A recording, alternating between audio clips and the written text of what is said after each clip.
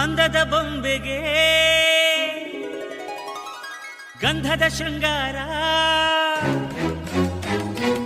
ಅಂದದ ಬೊಂಬೆಗೆ ಗಂಧದ ಶೃಂಗಾರ, ಚಂದದ ಬೊಂಬೆಗೆ ಹೂವಿನ ವಯ್ಯಾರ, ಬಂಗಾರಕ್ಕೆ ಬಂಗಾರದ ಒಡವೆ ಯಾಕೆ ಹೇಳಿ ತಂದನ.